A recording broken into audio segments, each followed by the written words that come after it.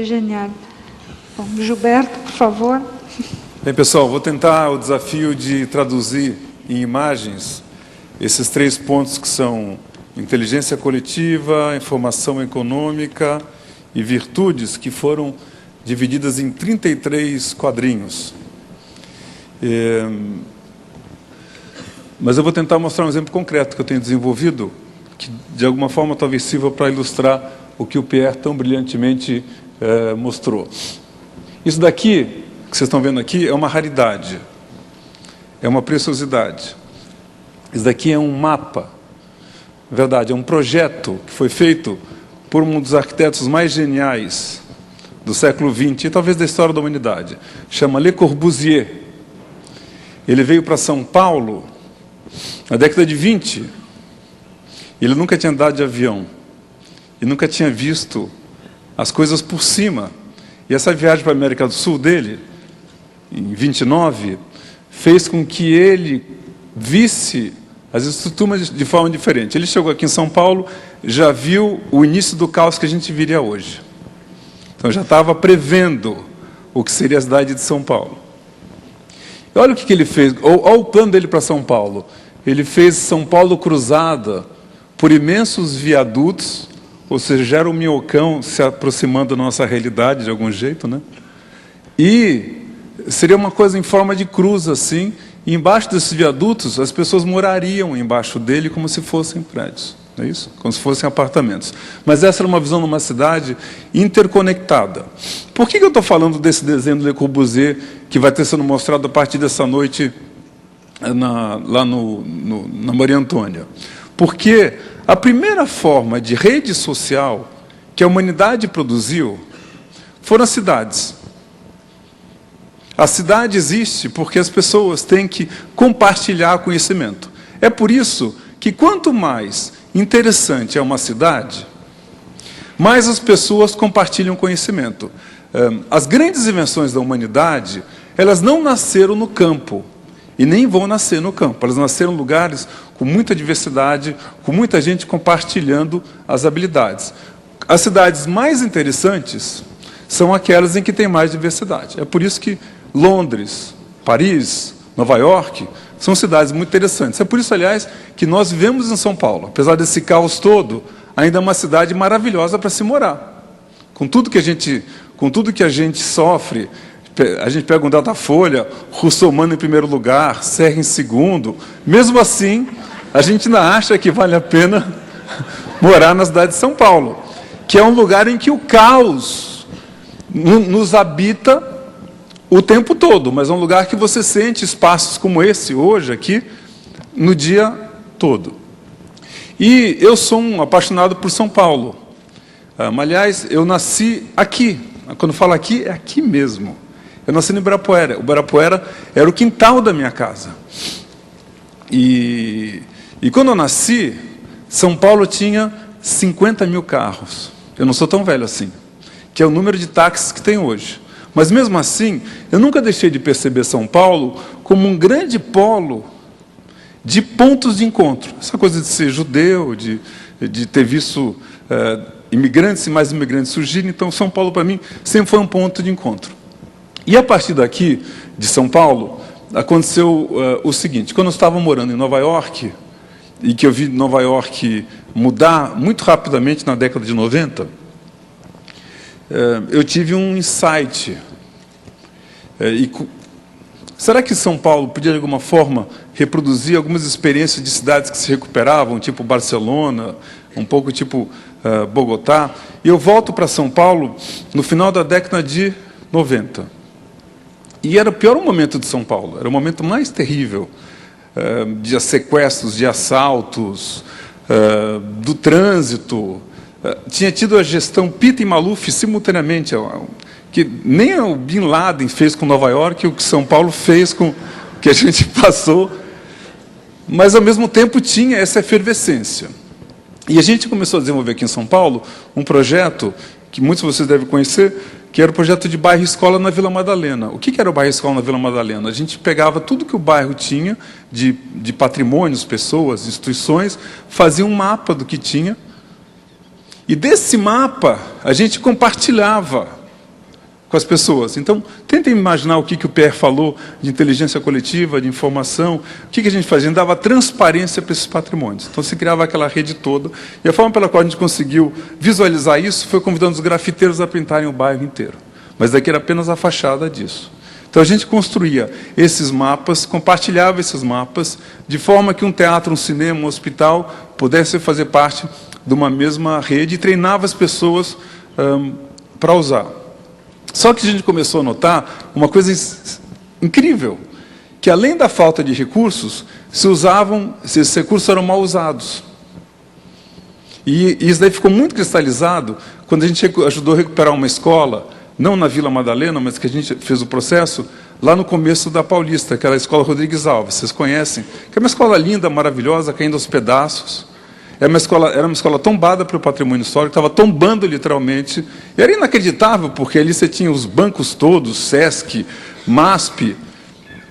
E a gente conseguiu recuperar a escola com um grande movimento. A escola foi pintada. Na época, o Fábio Barbosa, presidente do Banco Real, ajudou.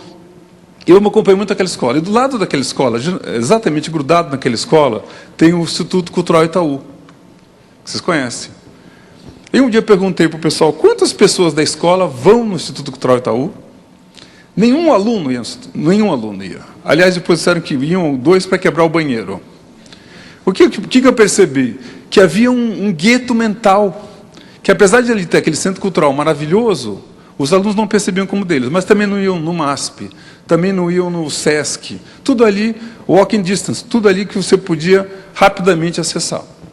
E a partir daí, e muito calcado nos conceitos que o Pierre acaba de mostrar, a gente criou uma ideia que vocês conhecem, mas talvez não saibam os bastidores dela, que foi a ideia de pegar essa coisa do Le Corbusier aqui, do ponto de vista digital.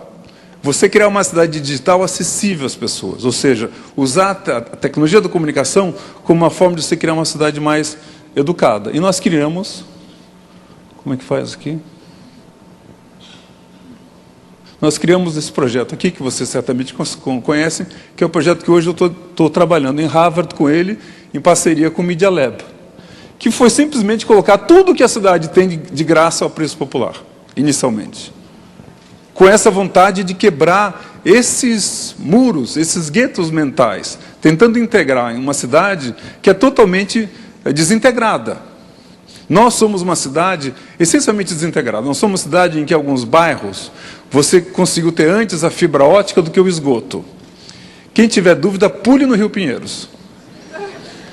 Que lá a fibra ótica resolve, mas o esgoto ainda não está funcionando. Você é capaz de estar num carro com GPS, uma Ferrari, porque tem uns idiotas, sabe que Ferrari, São Paulo é um lugar que mais vende Ferrari no mundo, né?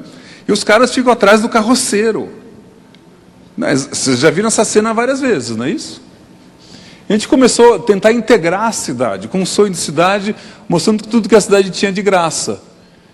Com um grupo de estudantes, recém-saídos da faculdade, que me falavam coisas que eu não entendia, até hoje eu continuo não entendendo, porque eu sou um sujeito, apesar de viver há muito tempo no mundo digital, eu não nasci no mundo digital. E a gente foi colocando esse mapa todo de coisas aqui, tudo que a cidade oferecia. E aqui tinha uma coisa que eu também gosto muito, do serendipity. Eu adoro caminhar pela cidade. Para mim, caminhar pela cidade é a coisa mais legal. Sabe, eu tenho paixão por andar pelas cidades. Eu ando horas e horas. Eu vou às cidades, eu nem conheço os museus, teatros direito, porque eu adoro ficar caminhando, andando, descobrindo, porque a graça de uma cidade é o serendipity. É por isso que as cidades como Paris, Nova York, são as melhores, porque tem calçadas largas. E você mede uma cidade, cidadania de uma cidade, pelo tamanho das calçadas. E daí você vê como São Paulo tem calçadas péssimas. E a gente foi montando todas essas redes pelo Catraca Livre, e aí montamos uma rede também com rádio, com blogs, com sites, com metrô, com ônibus, que iam difundindo esse tipo de informação, e ao mesmo tempo buscando os conteúdos digitais que você podia usar. Uma das coisas que mais me encantaram nessa minha vivência agora em Harvard e MIT, é como as grandes universidades americanas estão disponibilizando todo o seu conteúdo gratuitamente. De uma generosidade que é, sinceramente, extraordinária. E aqui, as dicas todas que a rede pode oferecer. E aí, dentro dessa noção de inteligência coletiva, de virtudes, nós começamos a fazer parceria com uma série de grupos que podiam, de alguma forma, criar uma cidade mais aberta, mais inovadora. O Peixe Urbano, quando anuncia um desconto, a gente coloca lá do lado, onde tem uma coisa de graça. O Caronetas, a gente ajudou desde o comecinho para você compartilhar o carro. O Campus Aberto nas universidades. O Descolaí, para você poder fazer trocas. Quantas trocas não são possíveis fazer? Tem uma característica feminina, que é uma coisa que realmente merece observação, que é fantástica. Realmente é uma coisa, se você for mulher, não tiver essa característica, provavelmente você não é mulher. Ou então você é neurótica. Ou então eu casei com as mulheres erradas. Vamos ver se eu... Você está assim no closet, está no armário, aí é cheio de coisa, e a mulher na frente fala assim, não tenho nada para vestir. Está cheio de coisa para vestir.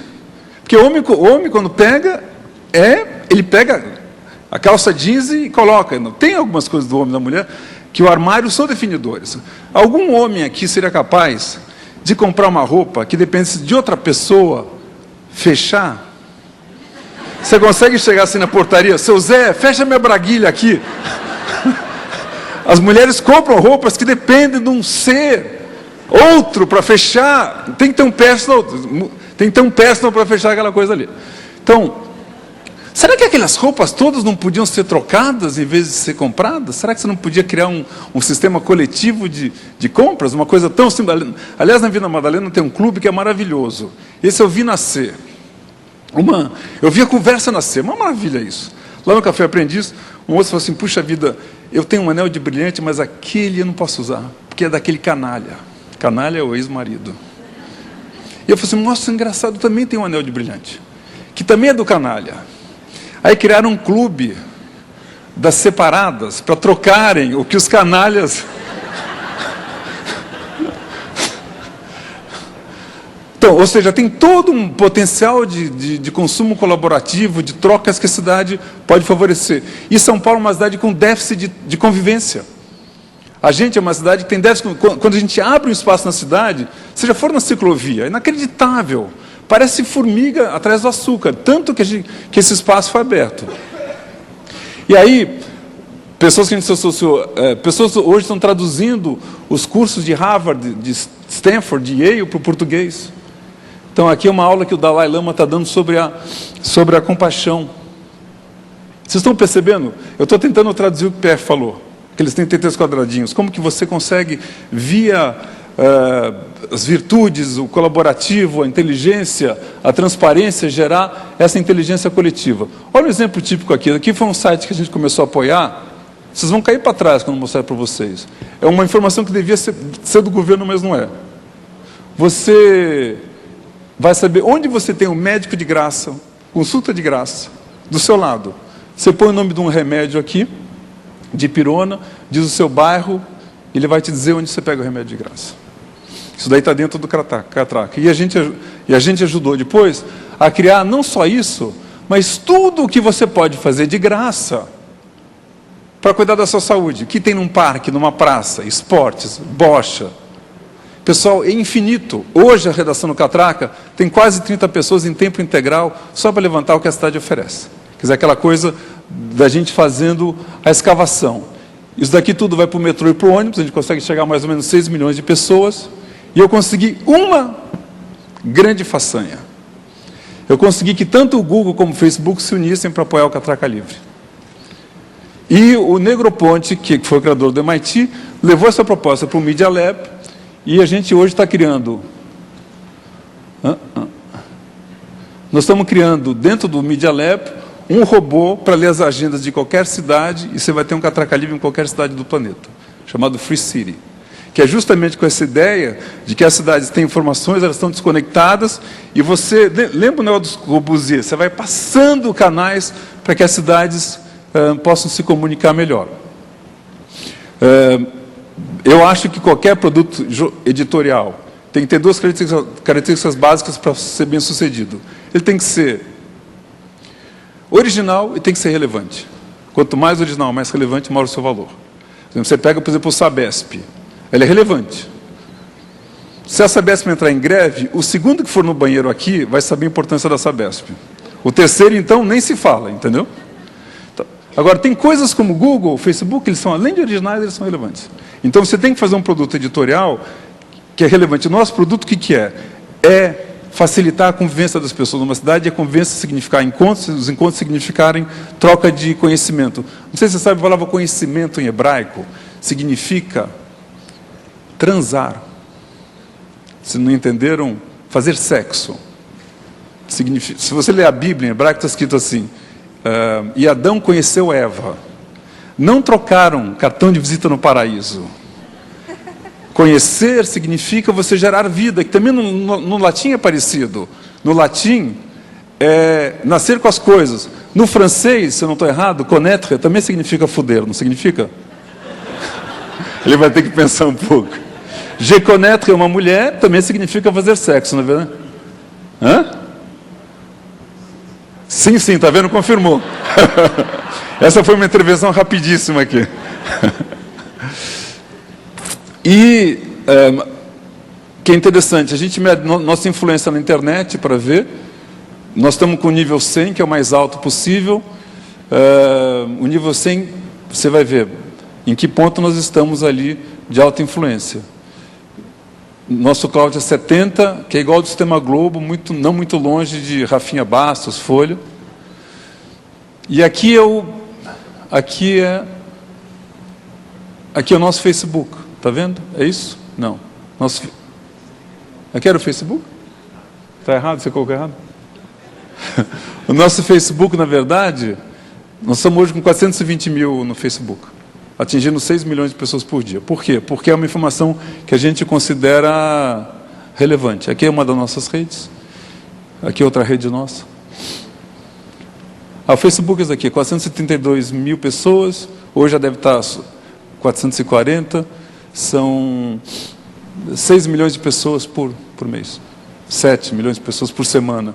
Só para concluir, pessoal, para mostrar que quando você entra nesse ambiente da inteligência coletiva, da formação coletiva, e passa a relevância, até uma mini irritação na Vila Madalena consegue chegar a 7 milhões de pessoas por semana. Desde que você coloque. Aliás, eu queria até agradecer que a Fundação Telefônica, graças a François, tem apoiado esse projeto. Em poucas palavras, pessoal, eu não sei se é a nossa comparação, né? A gente está com 432 mil, a gente já está passando o Globo, já passou o Estadão, já passou a Época, assim por diante. Eu só que não sei se eu consegui, mas de alguma forma eu tentei me colocar o desafio de traduzir os 33 quadrinhos através do Catraca Livre. Muito obrigado a todos vocês.